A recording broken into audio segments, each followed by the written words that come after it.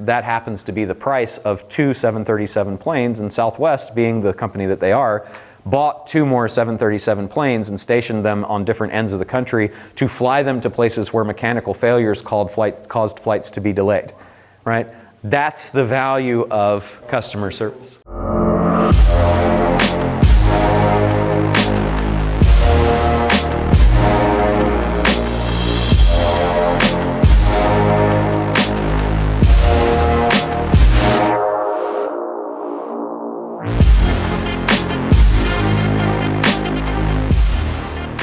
So why measure customer experience? Well, it helps reduce churn by 5%, according to Bain, which can equal a 25 to 95% increase in profits.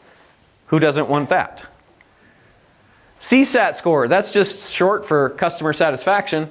And the question you ask to determine the CSAT score is, on a scale of 1 to 7, how satisfied are you with our service?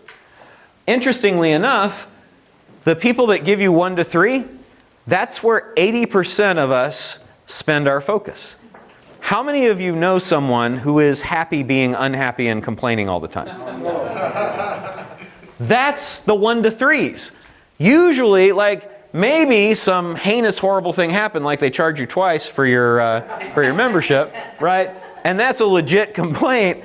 But most of these people, you're just going to be in complaint management. And you're not going to get anywhere. And if you spend your time on the 4 to 6s, getting them to 7, they are worth 9 times as much. $147 million.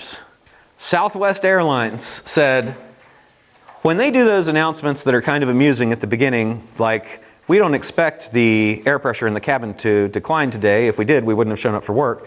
Then that's kind of amusing, and it makes that pre-flight safety check thing a little bit less annoying, right? So they actually did a study of how many people fly again who have heard those announcements versus how many people fly again that heard one that wasn't so entertaining.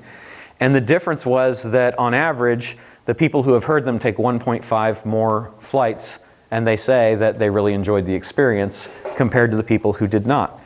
That translated over a 1-year period into $147 million in additional revenue for Southwest.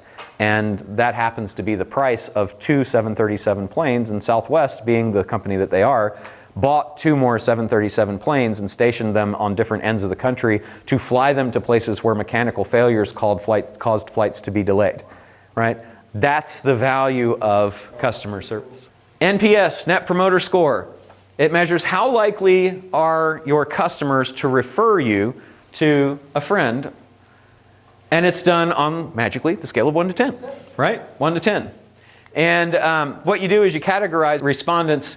0 to 6 are detractors, 7s and 8s we don't care about, we disregard them, they're passive. 9 to 10 are promoters, our goal is to have more 9s to 10s. We subtract the number of the number of detractors from promoters, divide by 100, and that score can come out to be minus or plus 100. Why do we track it? Well, brands with the highest levels grow 2.5 times faster, which is why companies like Clarion and Blackstone and Bain and all those other private equity companies track NPS now, because their exit and their payday is determined on growth. So if they know you've got a better customer experience with higher NPSs, they know that's a better investment for them because it lowers the risk of not growing. It improves referral marketing too, because 80% of happy customers will recommend, and the people that do get recommended are 70% more likely to buy, and the referred customers have a 16% higher lifetime customer value on average. If we put that into numbers, then 80% increase in referrals. Before we've got 100, now we've got 180. Conversions increased by 70%. They would go, if they were 2%, up to 3.4. Our lifetime customer value, if it was 10,000 before, now at 16% higher, it'd be 11.6. So our total we would get 100 per 100 customers, 100 customers times a 2% for conversion times 10,000 lifetime customer value would be worth 20 grand, but on the other side, it'd be worth 70,000.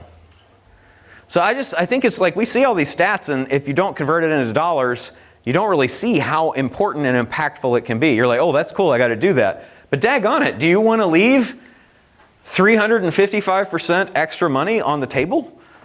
I know I don't. I like money. Key points to measure. So where should you do these NPS surveys? Always on surveys. These are just kind of places like along the customer journey that you do. Touchpoint intercept surveys, if you are at all of those customer touch points that we did, pre-purchase, purchase, post-purchase, picking the significant ones to place one there. Abandonment intercept, if they're going to leave you, if they're going to leave the cart, we kind of like to know how happy they are and why they're not. Post-purchase, to be sure that they're happy after they have purchased. And then when we're doing specific segmentation and targeting. Human factor-wise, I highly recommend the book by Carol Quinn, Motivation-Based Interviewing. What she basically says is there's 3 roles. We should ask about a specific time when our interviewee faced an obstacle and then leave an open-ended outcome. So we're going to ask questions like, tell me about a specific time when you had to deal with an irate customer. This is not when you satisfied or made an irate customer happy, because we don't want to know only about the happy times. We just want to know, tell us about a time when you did this. Tell us about a time when you worked on a team and a team member wasn't carrying their weight.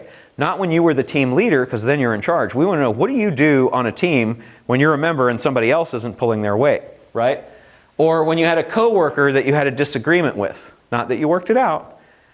You learn a lot when you ask questions like this.